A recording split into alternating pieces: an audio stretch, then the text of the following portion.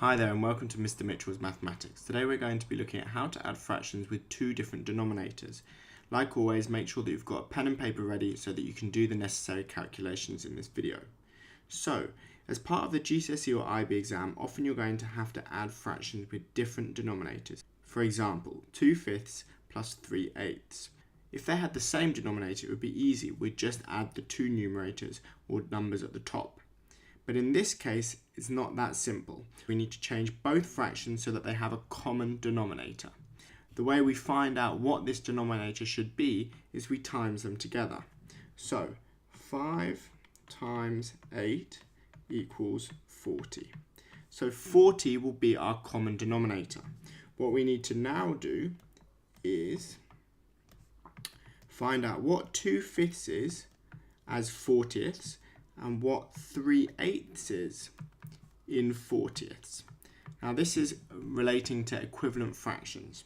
So if you've missed that lesson, pause the video now and go and find my video on equivalent fractions. If you haven't, however, let's do them quickly now. So 2/5 in 40ths, to change to get from 5 to 40, we times by 8. So therefore we need to do the same thing up top.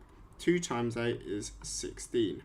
In this instance, to get from 8 to 40, we times by 5. So therefore we need to do the same on top. 3 times 5 is 15. So what we do is we replace these old fractions up here with the new ones that have the same denominator.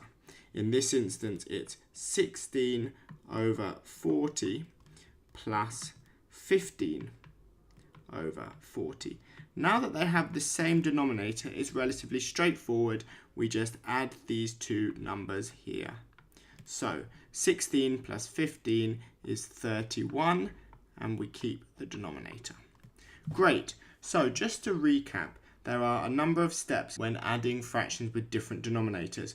Firstly, you need to find what is the common denominator.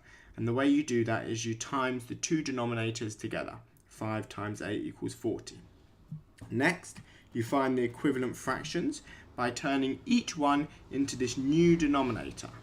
And lastly, you put them back into the sum and just add up the two numerators. So 2/5 plus 3/8 equals 31/40.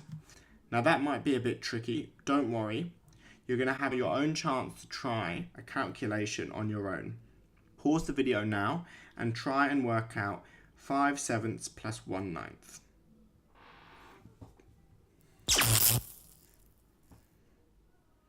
Okay, so this is what we do. First things first, we find out what is the common denominator.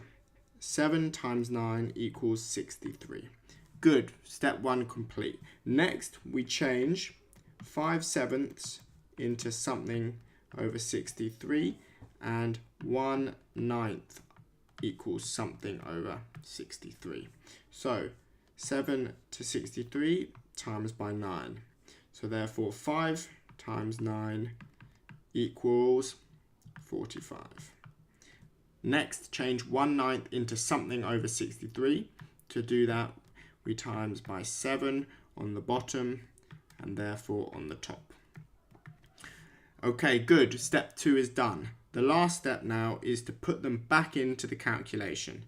45 over 63 plus 7 over 63 equals what? 52 over 63. Great, so that's our final answer. 5/7 plus 1/9 is 52 over 63. Good, I hope you got the right answer there. Like always, I'm going to leave you with a few calculations to do on your own.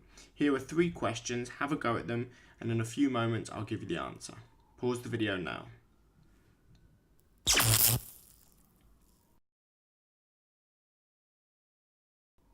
So here are the answers. For the first one, the common denominator is 33. We change each one to 22 over 33 and then 21 over 33. That adds together to make 43 over 33. For the next one, the common denominator is 132. That was a bit tricky, so don't worry if that was a bit of a struggle. The first one is 99 over 132 plus 96 over 132. That adds together to make 195 over 132. And for the last one, which oddly enough was probably the easiest, the common denominator is 30. So what we have here is 24 over 30 plus 5 over 30, giving us a grand total of 29 over 30.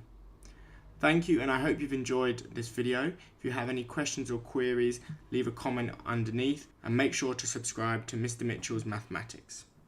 Have a great day.